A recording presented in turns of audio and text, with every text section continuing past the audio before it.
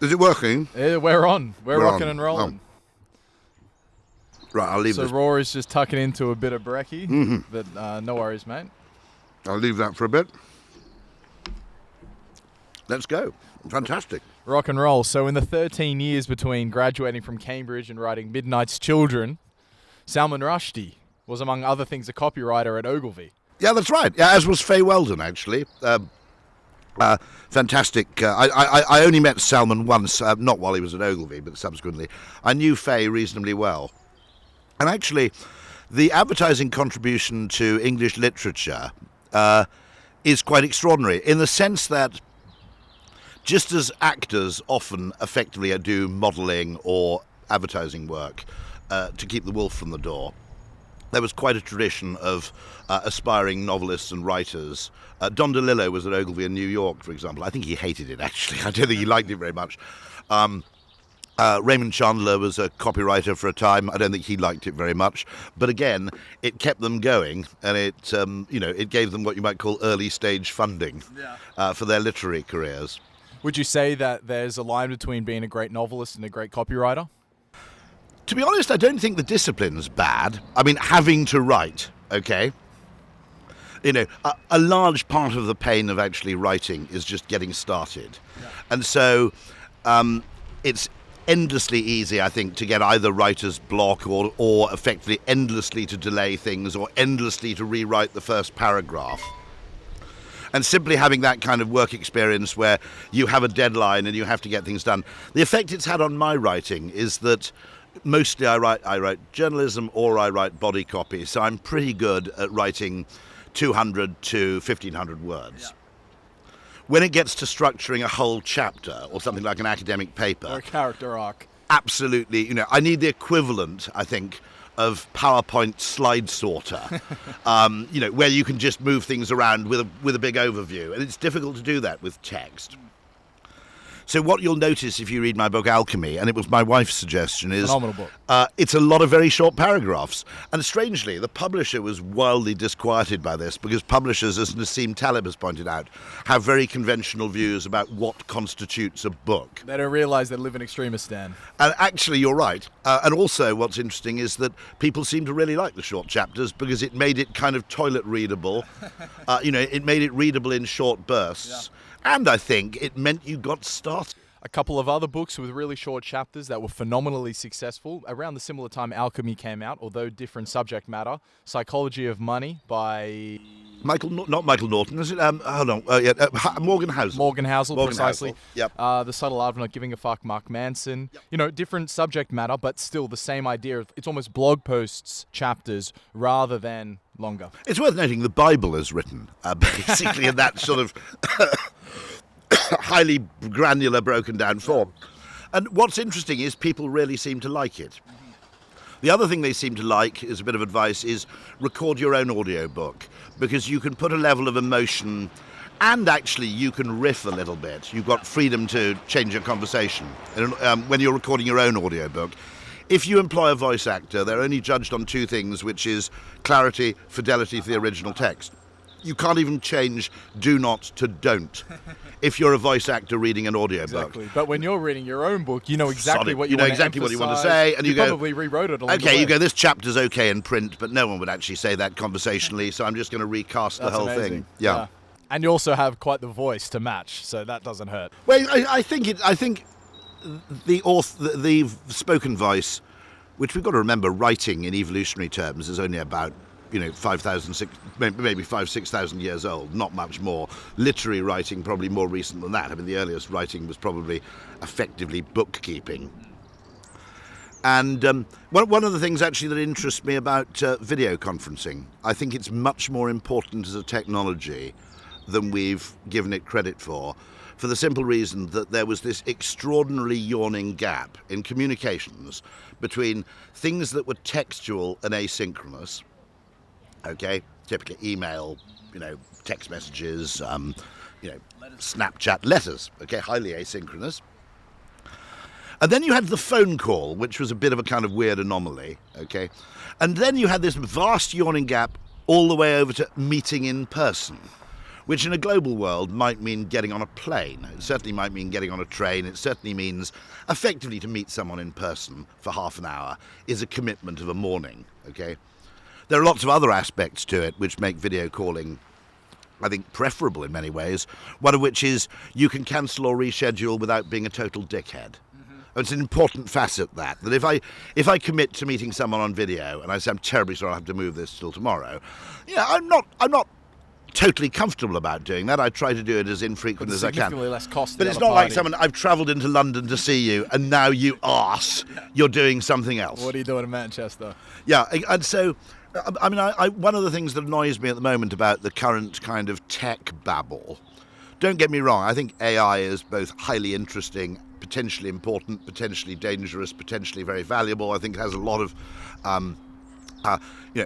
very, very interesting possible applications for good and ill. But I don't think we're talking enough about video conferencing, the simple reason being that it's old, okay? Actually, the technology that made it possible is old, but the behaviour that made it possible is pretty recent. Right. And you find that about most communication technologies, which is that they hit a kind of escape velocity. There's a kind of inflection point in their growth. So the fax machine, you don't know what a fax machine is, do you?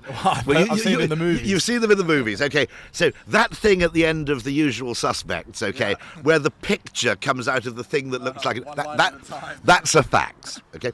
That actually existed, will you believe it, in the 19th century, the actual technology to do that. Presumably it was incredibly slow and incredibly expensive, but it only really took off before email killed it, really in the late 80s, early 90s. The postal strike in the UK accelerated the adoption. I had a friend who had a fax machine in the 1970s. He had an office in London, an office in Los Angeles, and they used to fax. He was a concert organizer. They'd fax legal documents from the Los Angeles office to the London office and back again, but he never remembers in the 1970s sending a fax to anybody else. It wasn't a network, it was effectively a point-to-point transmission system. And so one thing I do say to a lot of our clients is you're all having AI conversations because you're terrified in case the chief executive suddenly springs on you and says, what's our AI strategy? What are we doing with AI? Because it's the kind of dominant kind of open-ended question. There are a lot of businesses that should have a Zoom strategy. Depth of potential. Oh, no. Which makes it so compelling. And terrifying in some respects. I mean, have you seen the AI-powered website donotpay.com? No, I haven't. It sounds fascinating. Now, that's where the agent works not on behalf of an organisation, but on behalf of an individual. Okay.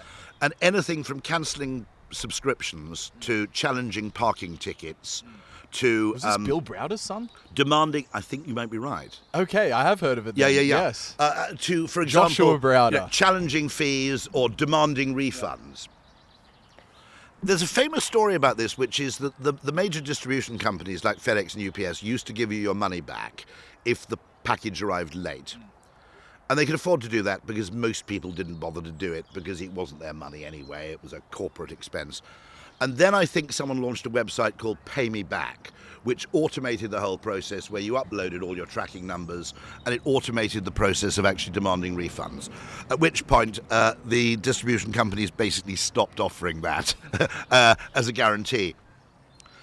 I think that do not pay poses an existential threat to a lot of businesses, media businesses in particular, which are surviving off the subscription inertia model. Yeah, definitely. It's like a gym membership. How many vacant subscriptions are out there? Maybe not as dramatic as a gym membership, but nonetheless, it can be. You commit to the monthly subscription that's maybe paid annually, and 12 months come around, you forgot about it, it's there. And by the time it's paid, it's too late, and you realise, okay, I would have cancelled if you'd given me the chance, but now I've got to claim for a refund. This is just too goddamn painful. Yeah. Now, the second donotpay.com automates that procedure. And I have an interesting philosophical question. Great market correction, though. Well, there's an interesting question about advertising, which is at the moment everybody in the advertising industry is assuming that the AIs, the best AIs, will be working on behalf of companies finding customers.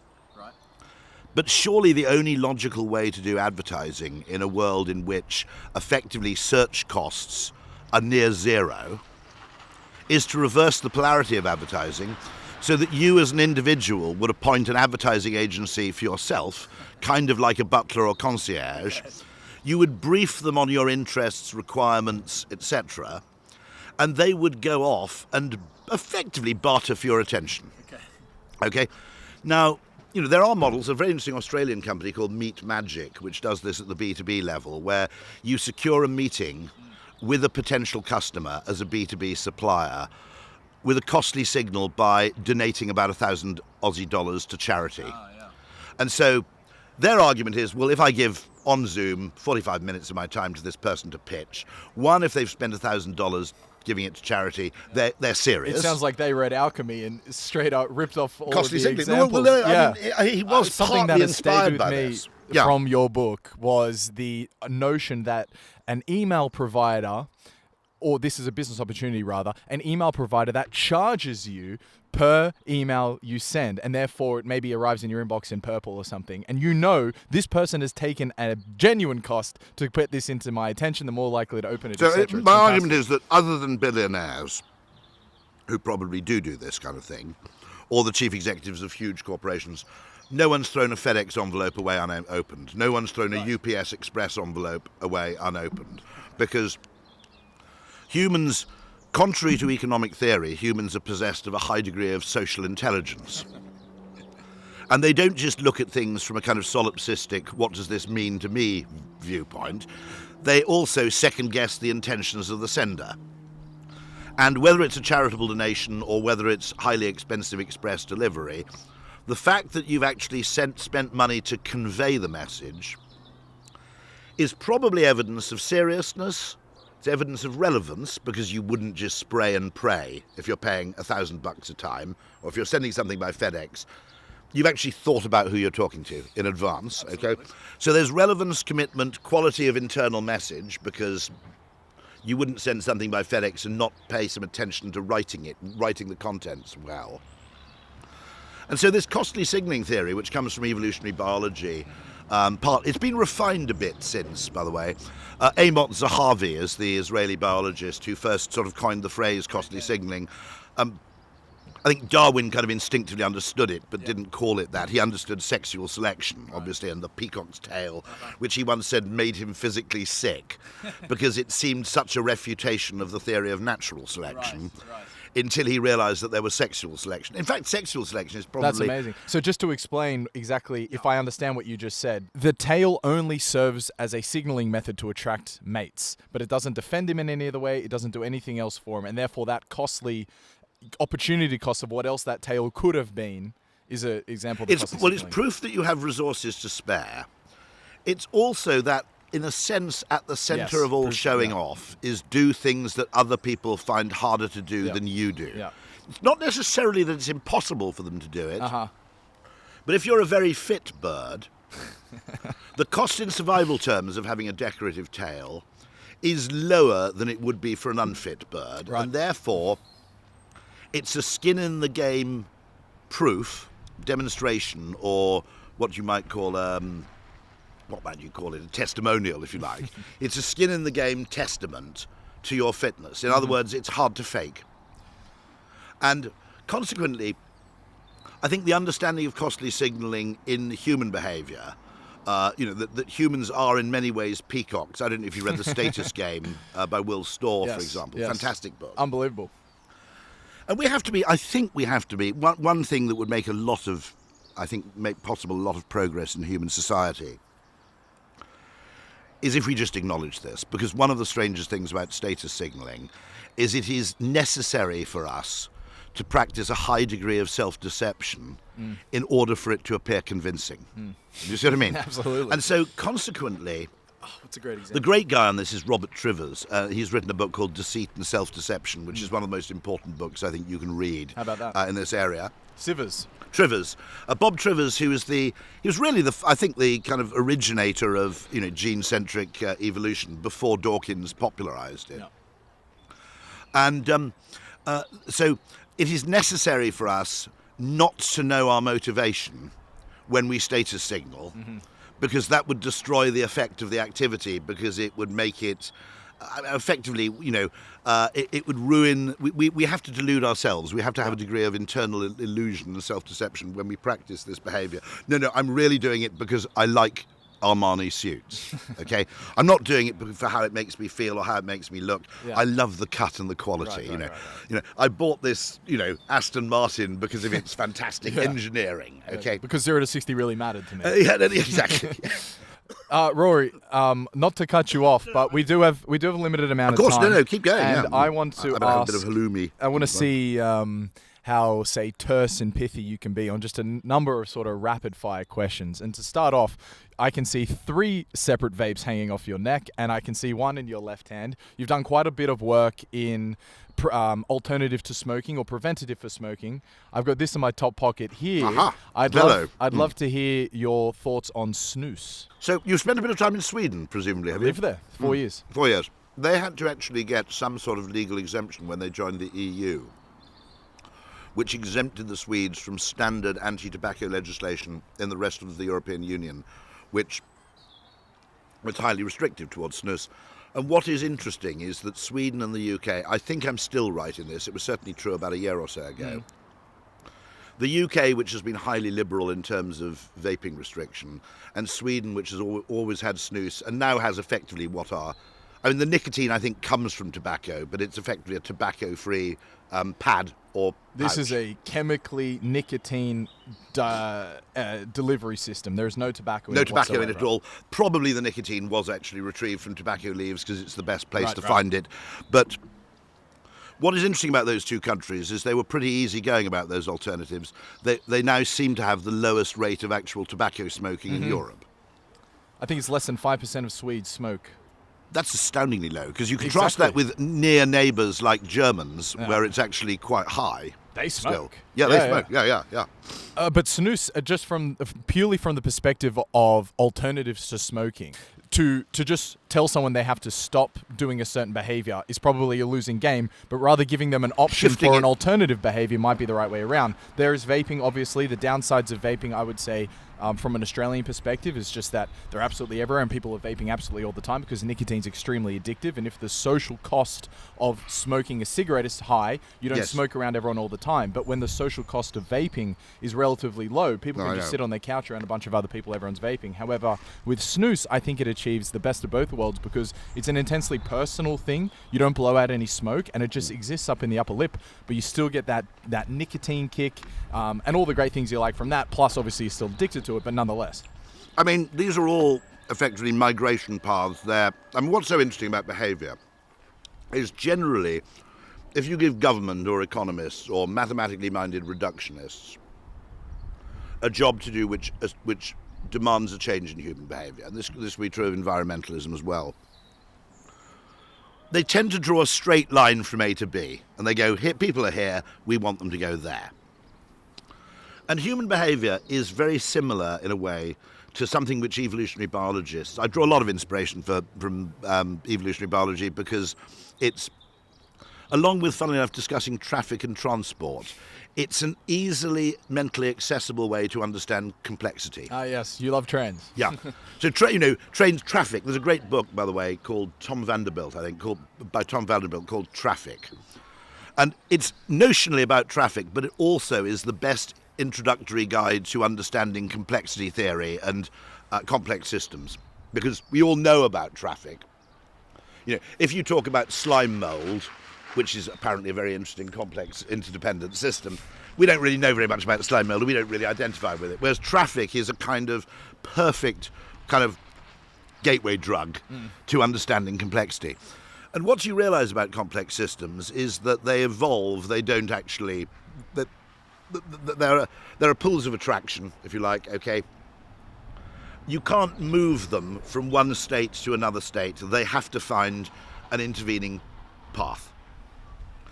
And so, one of the things I complain about massively is that, a lot of legislation that is demanding behavioural change of people is effectively draw a definition of perfect and then draw a straight line to that point. Now, I've got to be honest, okay, I get the fact I drive an electric car myself because it suits me very well. But I'm kind of chill with plug-in hybrids. Okay? While you're driving around a city, i.e. the first 20 or 30 miles of your driving, you'll probably be running on electric power.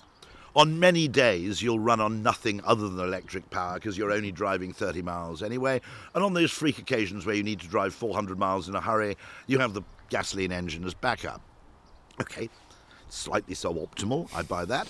Just as, yes, vaping is suboptimal compared to quitting. But the point is, you've got to find a migratory path and understand path dependency. And legislators and economists, by and large, don't understand that. Because it's not rational. I mean, I'll give you a lovely example of this. I was just talking to a bunch of energy people. We're trying to get people to install heat pumps. And one of the requirements of getting a government grant for a heat pump is you must rip out your existing gas boiler. In many cases, the heat pump will also require you to replace all your radiators, dig up your lawn, place a load of pipes underneath your lawn, and then write a cheque for £25,000 to a weird installing company that you've never heard of, okay? People don't do that, okay? No, too high. The what you might call the market opportunity among people who've got £25,000 burning a hole in their pocket and wouldn't rather go to the Maldives, okay, is vanishingly small, even with the government grant, okay? And so sure enough, they've massively undershot their targets. By consequence, now my brother, just to be clear, he's an astrophysicist, right? He knows his heat pump maths. What he's doing is what I think you could persuade normal humans to do, which is one room at a time, at a cost of a couple of £1,000s, he's installing air conditioning units in his house. Air conditioning units are also heat pumps. They work in both directions. If you live in the UK, they will work as a heat pump, i.e. extracting heat from outside and putting it inside, probably 15 to 20 times more frequently than they'll work as an air conditioning unit. Not true in Australia. I buy that, okay? Right? And I said, well, why don't you get a grant for doing this? And he said, well, first of all, I want to keep my boiler as a backup. I've got the radiators there. I don't want to rip them out. If there's a really, really cold 3-day period, I want to be able to use my pre-existing boiler to back up the heat pump. I need the boiler while I'm transitioning, one room at a time.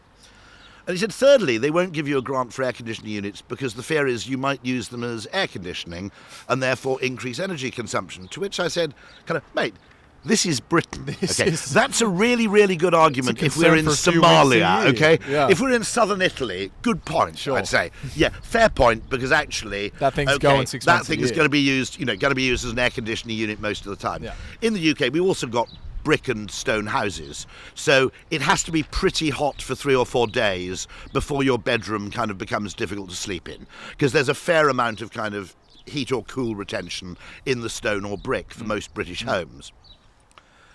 And so this is just dumb. What you've got is an incentive to do something that nobody wants to do, when there's actually an easier, progressive path. Likewise with solar panels. Now in Holland and Germany, solar panels are now so cheap, people are buying them and using them as fences.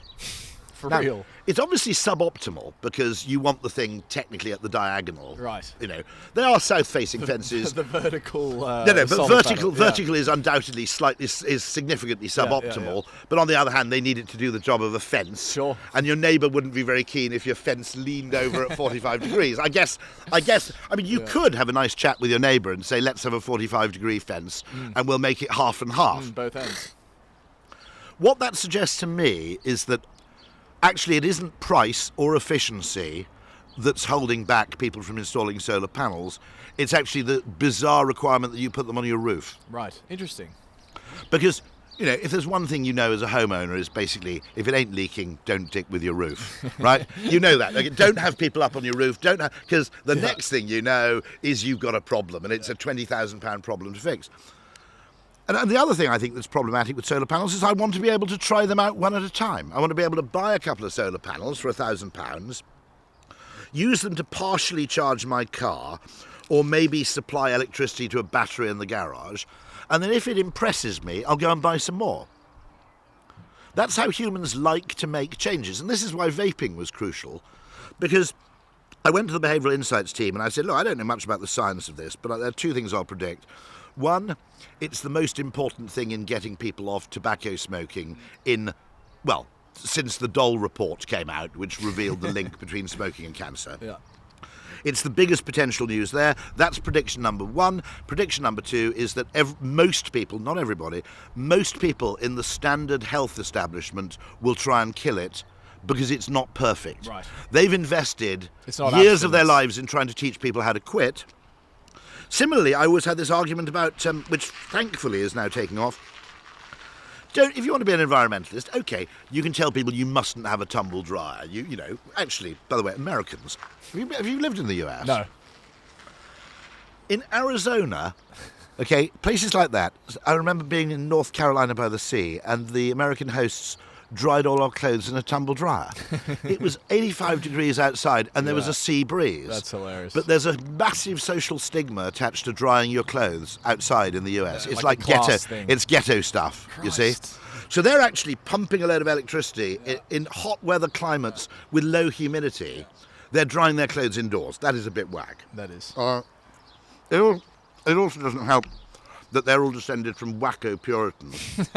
So, By all of them, you mean the Americans? yeah, so, well, they're culturally descended. Sure. So if someone saw a pair of underpants on a line, they'd probably have, like, connections or, you know, some mild kind of cardio Yes. event. But one of the things I just said is, look, don't get people to stop what they're doing. That's difficult.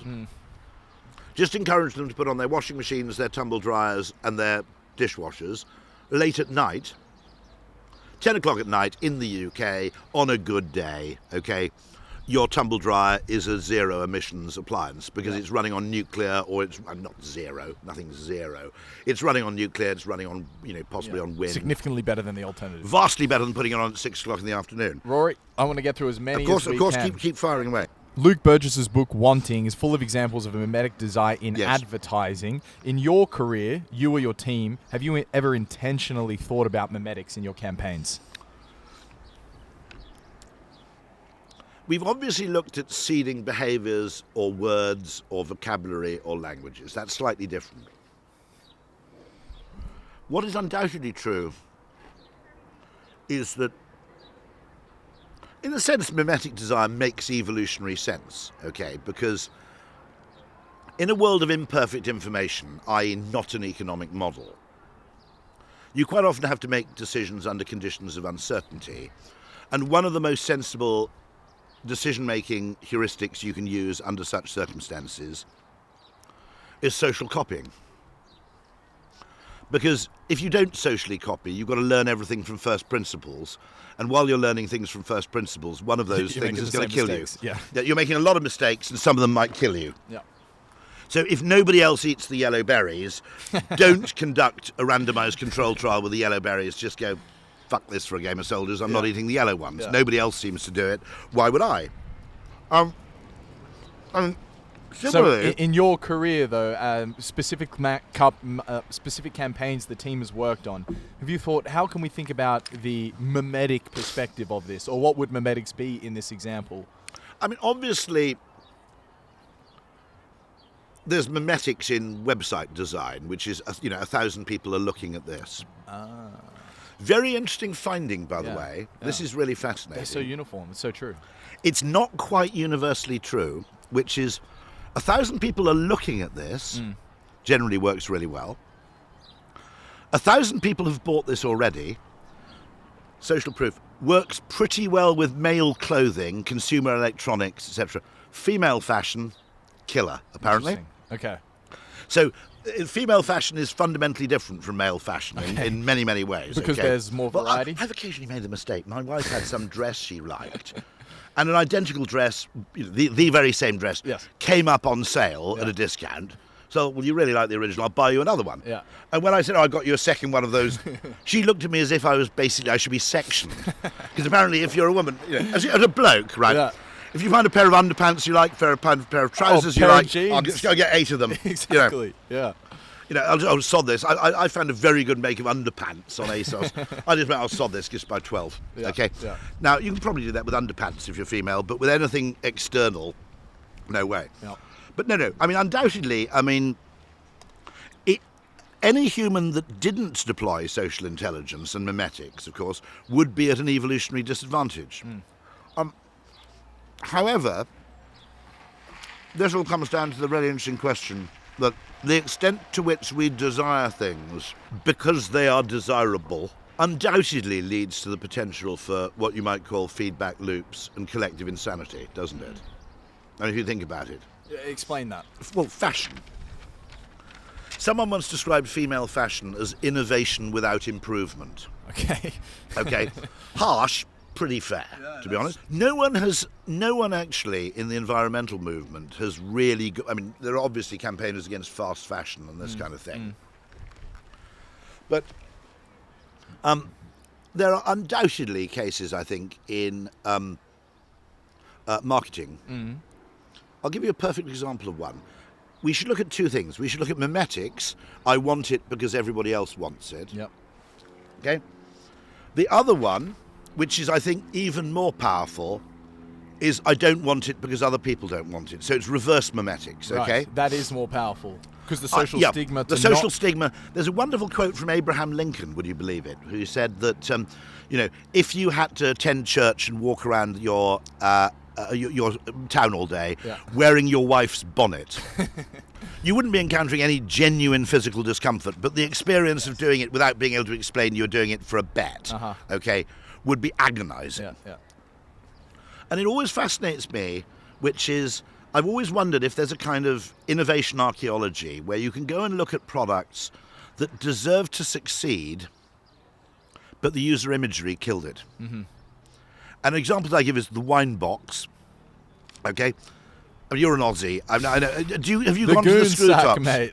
Okay, the wine box was an obvious improvement. Yes. Okay, on wine bottles. Well, it doesn't break. It's portable. It's got a handle. It's got 2 litres. You can actually have a glass of wine every evening without forcing yourself to drink another 5 if you live alone. It keeps much longer.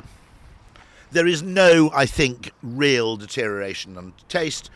The wine box, however, was not a socially acceptable thing to take to the right kind of party. I mean, the Kiwis had to make a really bold step in universally going over to screw-top bottles. And actually, the other end of that, and this is from Alchemy, you point out that wine can be more expensive if it's served from a heavier bottle.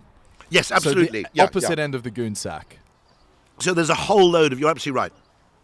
There's a whole load of heuristic bollocks that you have to overcome. Fascinating, isn't it? But the real one, which I'm thinking about at the moment, and if any of your listeners have suggestions, a case of a utterly fantastic technology which failed the mimetic desire test, frozen food.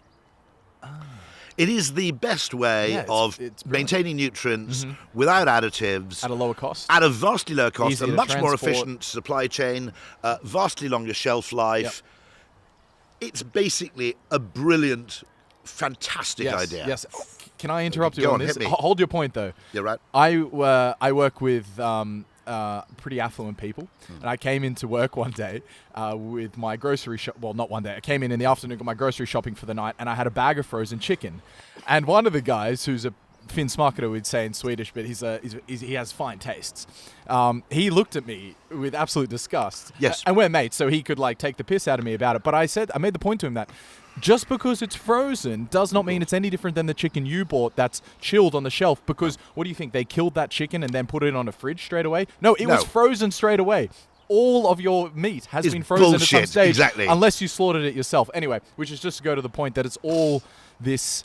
And this is why your work is so compelling, and every interview you do, in my opinion at least, is very compelling, is because you speak so clearly about how the social stigma drives so much behavior, and then the consumption at the end of that, in this case frozen food. Because you probably have a world where, with the exception of property, where there still remains scarcity, positive memetics may be less of a problem, because consumer capitalism, for all its many faults, is very, very good at producing really desirable goods in fairly abundant quantities, okay? You have obviously wonderful anomalies like luxury brands, you have the property market, you have certain things. The education market is the ultimate luxury brand.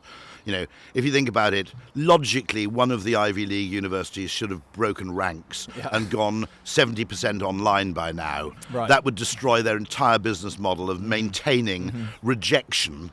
The rejection of most applicants is actually the scarcity is effectively their point of difference, and that's what enables them to charge $250,000 for fascinating. What is not a necessarily brilliant education. I mean, if you think about it, there's a hell of a lot you could do by with $250,000 if you're prepared to go online. My goodness. You could have rock star academics, lecturing from all over the world. So actually, Harvard and I think MIT too they open up for free so many of their course material, which means you're actually spending that $250K on the accreditation at the end, not what you learn. That makes sense, right? Yeah. So some people game the system by taking their Harvard admission letter and going straight to Silicon Valley and saying, I've been offered a place at Harvard. I'm going to get a Harvard degree. That's smart. Right? Yeah. But I'd really rather work for you. So I qualify as this selected bunch. So I qualify already. as part of the selected bunch. The admission letter is free. The degree, 3 or 4 years later, costs $250,000 and 4 years of your life. Yeah. And yet the degree really doesn't really convey that much more about you than the admission letter. It's not as if people get kicked out of Harvard. As the great comedian Louis C.K. pointed out, all these people whose parents basically bought their way into Ivy League universities, they didn't flunk out, did they? Now, if Harvard were a genuinely meritocratic institution, it'd be getting rid of a third of those people. Right. And the people who'd faked their way in by pretending to be water polo players would have been found out on day 5. Yes. But it's not like that. Scott Galloway is the ultimate... and actually... I don't think I know. Scott Galloway writes about this as education as the American particularly, and to some extent the British. Is he doing a lot of male content on the internet? No. He does a bit of that because he's concerned. Yeah, he is the bald concerned. Guy? Yeah, okay. He is concerned about young males. Yeah. But he also does a very large amount about sort of wealth inequality and wealth distribution. Yeah. And he does a very large amount about, effectively that the education system isn't doing its job. It's they're supposed to be public servants, and they've become Hermes or Louis Vuitton. Exactly. Okay. Essentially, their business model is inseparable from a kind of Hermes or Louis Vuitton. Fascinating thing, by the way, with luxury goods, it's not quite enough to just create one out of scratch. Okay. Most successful luxury goods, and I was talking to a colleague of mine, brilliant guy called Antonis Kourchelis, Greek guy, about this last night. Love that. They have a heritage in something that was actually useful and necessary, which they have now taken to an extreme. Yes. Okay. So in the case of... The brand's not 200 years old. Can it be luxury? a perfect example would be Louis Vuitton is saddlery, I think, isn't it? They're originally a leather maker and saddler who then went into luggage and then went into everything else. Panerai, it was, an Italian submariner's watch, okay? Now, the interesting thing is that I go, Panerai, it's a really prestige brand. It's the brand for... I didn't even know the Italian Navy had a bloody submarine, right? I mean, maybe they didn't. Maybe it's bullshit. I always loved the bullshit. A friend of mine who was into watches and into aviation love it. went up to a British Airways 747 pilot and said, do you actually wear a pilot's watch? Okay. Now, think of the millions that have been made selling those pilot's watches with a little... all I know is they've got a little triangle at the top, okay? And the British Airways pilot said, altitude. you know what the British Airways pilot says? Of course we bloody don't. There's a sodding great clock, okay, in the middle, in the middle of the flight display on the cockpit. There's a sodding great clock. We don't need a watch, okay? So why are people so irrational where they're willing to pay that giant premium just for this feature of exclusivity? Have you come to some sort of pithy conclusion on this? This upsets me because... we have an absurd economy. I'm going to do a really odd thing now. I'm going to do something which is let's be kind to utilities. Okay. That does sound like you. Now we get unbelievably pissy about the cost of sending a letter by Royal Mail or whatever. Okay. We get hugely pissy if our gas bill, our electricity bill, goes up by 10-15%. But those things are practically vital to modern life itself, right? If you have to spend, 3 hours without electricity, 2 hours without broadband, okay, an hour without running water, okay, you're basically back in the Stone Age. You're probably sitting around the piano singing hymns to entertain yourself. So at least you're back in the Victorian age. And yet we're unbelievably stingy with those companies. Yeah, that's a really good point. You bastards, you're taking money. Is it because we the just the consumer surplus from running water is monumentally huge. Okay, that actually, what would you really pay if your broadband? Okay, if your broadband were run by the mafia, okay, and the mafia, unlike commercial capitalism, knows how to capture consumer surplus, okay, because they'd come around to your house and go, nice broadband connection you got there. Wouldn't it be a pity if someone turned it off? How much would you pay to maintain your home broadband connection? $200 a month, $250. Running water be another $150. But all those things fall to the marginal cost, and then we become mean about them. And the same people who go insane when a company that supplies them with electricity or energy then fly off on holiday and go and spend £220 on a pair of sunglasses, which are basically 3 bits of folding plastic. And by the way, we regulate, okay? We have a thing here called Ofwat, which regulates the water industry. We have Ofcom, which regulates things like broadband and telecoms. We have a thing called Off something or other, which regulates energy and electricity supplies to the home. In a logical world, we let those people make quite a lot of money because it's good to have a really well-funded electricity grid. And we'd have a regulator for luxury goods called Ofwat, right? Which would go and say, sorry, those sunglasses, that's just ridiculous. Right. Okay, come on. They cost £7.50 to make, and you're charging 200 and something for them. This is just a stupid misdirection of human effort and time. But then those same people would travel to the place where that Ofwat tax doesn't exist and pay even more of a premium for it. But it is, you can't. Okay, I'm not saying anything new here, because this was something that mystified economists until they got to the marginal cost, the marginal revolution, which is, why is it that we pay very little for water, which is essential to life, but we're obsessed with diamonds, which are essentially pointless? Right. And it's this whole scarcity plus marginal cost thing. Is there anything more of a signalling item than diamonds? But the other interesting thing, by the way, largely created by marketing. De Beers, a fantastic campaign, A Diamond Is Forever, in the United States in the 50s, fantastic. Must have been, in terms of the value generated. That was a campaign that, if you think about it, we still feel its effects today, because it actually created social norms around engagement rings, and social norms about how much you should spend on an engagement ring. How else can 2 months' salary last a lifetime? One of the greatest and most pointless ads ever written. That is our slight effective, problem. Though. Highly effective. Oh my goodness. We got 10 more minutes, Rory. So forgive me, I keep interrupting you, but I just want to move on.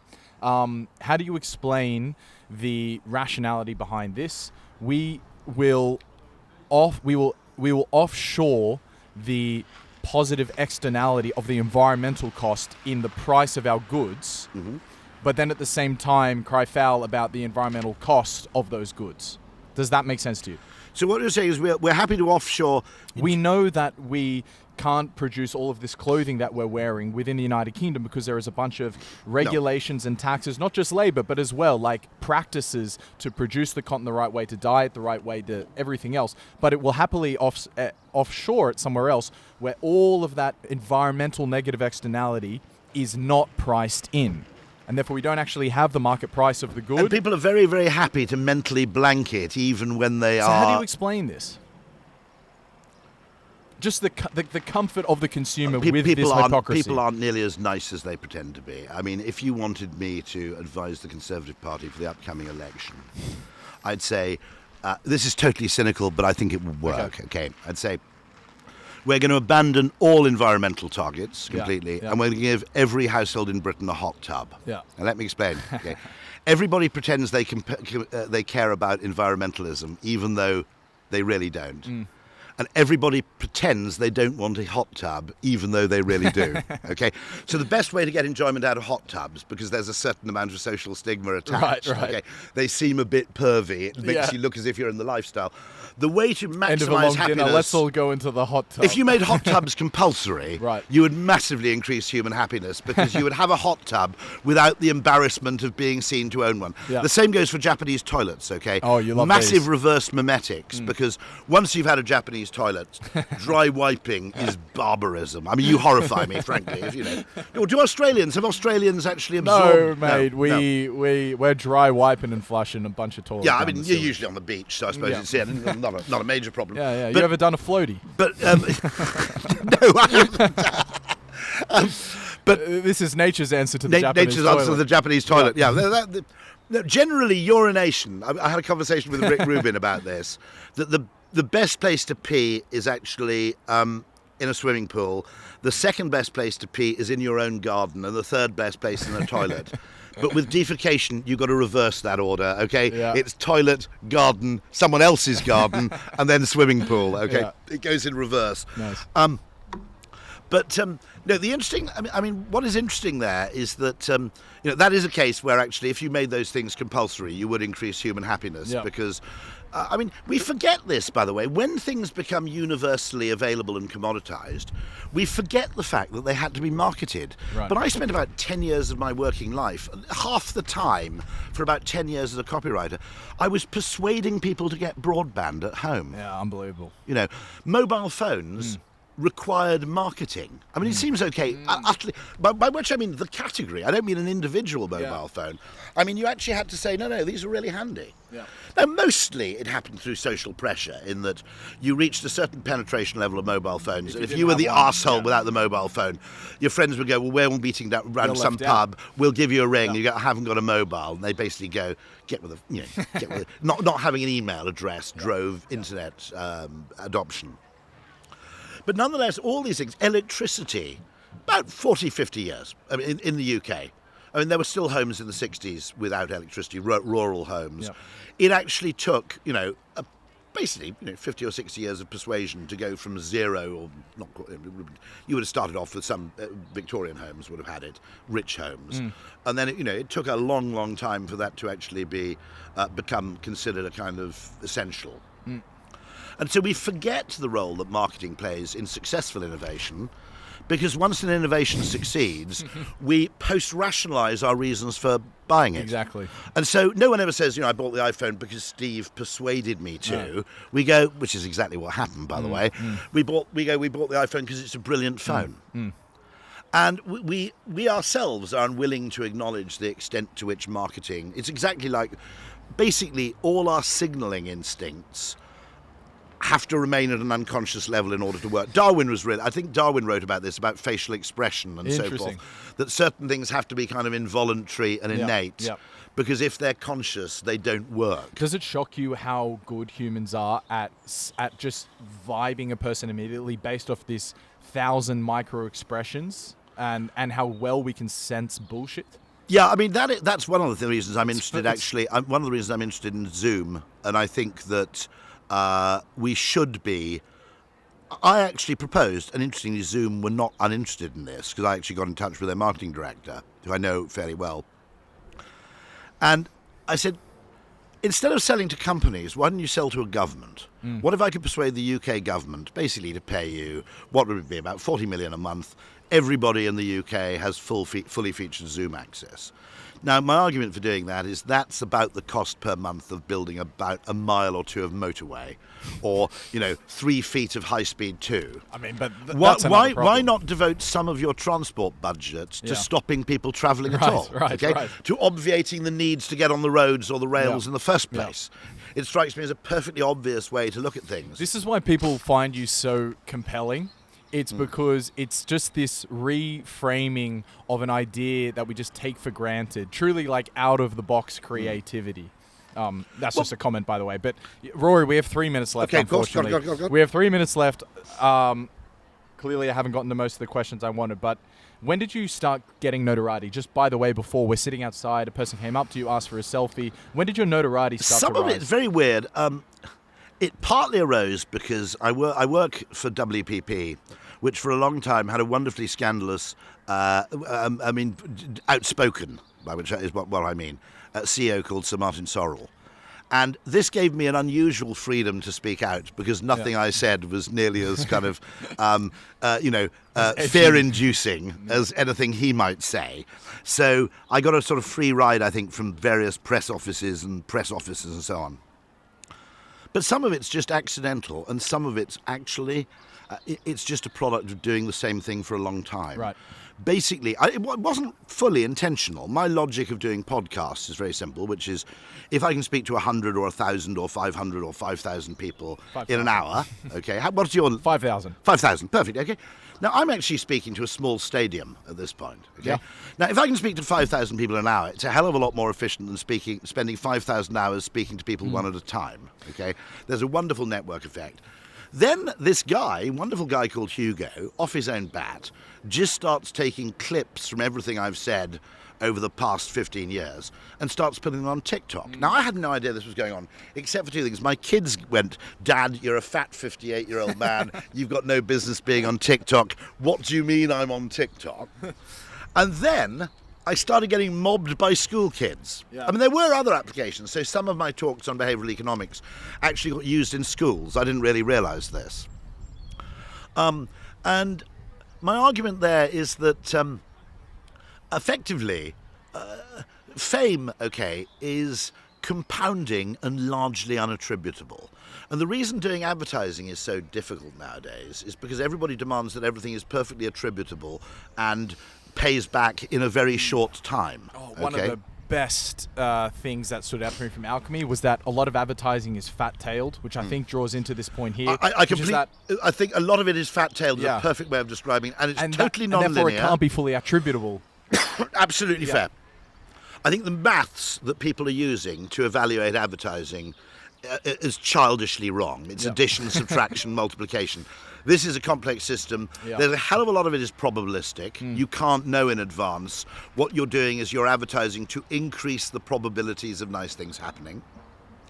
The value of being famous is ultimately that people come to you rather than you having to find them. Which, how do you calculate the value of that across a whole organisation? Because it applies to potential employees, it applies to potential customers, it applies to potential business partners, okay?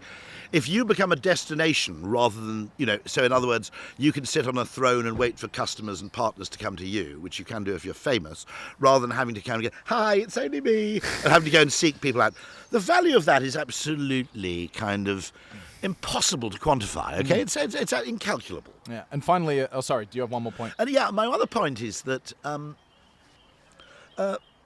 it's necessarily slow and it's necessarily unattributable in the sense that there are a few people who are famous for one thing, Monica Lewinsky or Ted Bundy. Okay, actually, Ted Bundy would have been, if Ted Bundy hadn't got into the serial killing, I think he'd be a massive TikTok or YouTube star, wouldn't he? He would have succeeded at something. Yeah, okay, maybe. But Fred West or or Monica Lewinsky, you can say if that thing hadn't happened, you probably wouldn't have been famous. Yeah. Okay.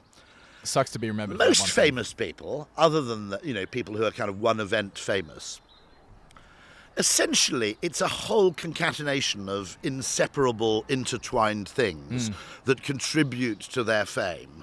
And the attempt to sort of effectively say, okay, this fame thing, it's valuable, what's the best way of creating it, is a kind of completely absurd distinction. Right. Because by its nature, it's kind of indiscriminate. Yeah.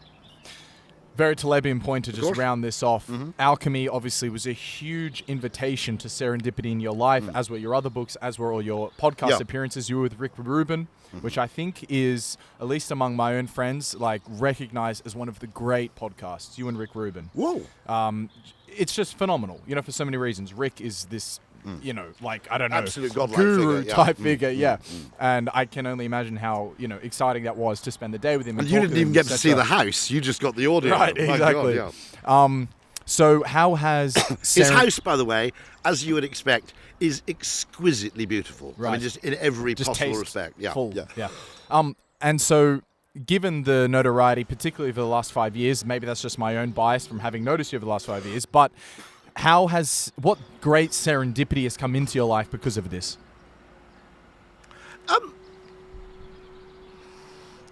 You increase your surface area exposure. This is very Talebian, okay? Yes. You increase your surface area exposure to possible upside optionality. So it simply brings you more options. Yeah. Now, in a funny kind of way, sometimes that's a pain, okay? You'd actually, in a way, be happier if you had fewer competing options, fewer decisions you had to make in that, should I take advantage of this? Should I go and explore that? Nevertheless, looked at probabilistically, and an awful lot of human life, when my daughters go to a party, they don't have a party strategy, they don't have an ROI on party attendance.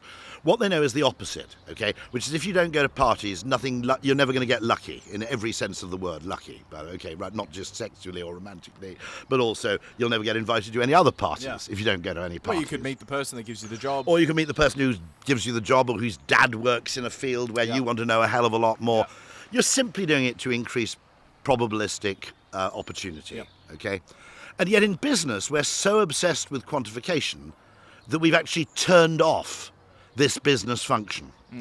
Unless you can say in advance what value you'll derive from this particular activity, I'm not going to allow you to do it. It's also happened in government. And this seems to be fundamentally insane. That a large part of life, we know that bees divide between bees that follow the waggle dance, exploit, and scout bees that go and explore. They go off at random. They're trying to maximize opportunity. They're not trying to maximize efficiency. They're trying to maximize opportunity. Marketing within a business is really very much the long-tailed, fat-tailed opportunity maximization engine of business. Some part of it, performance marketing, direct marketing, can be very much efficiency driven. That's fine.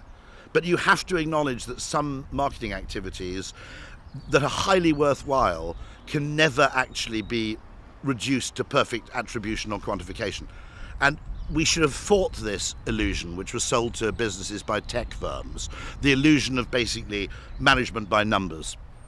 We should have fought it, and instead we went along with it. I think we had a kind of Stockholm syndrome. We just went, oh, look, we're being abused by Accenture, and these people, they seem to have a lot of spreadsheets. We better pretend to agree. And what we should have been doing is going, actually, mate, that's bollocks. Well, Rory, we got to go. Absolute pleasure. Thank you very much. Thank you indeed. so much. Absolute pleasure. Very generous of you to give me your time. Absolutely super. It's been a joy. Thank you very much indeed.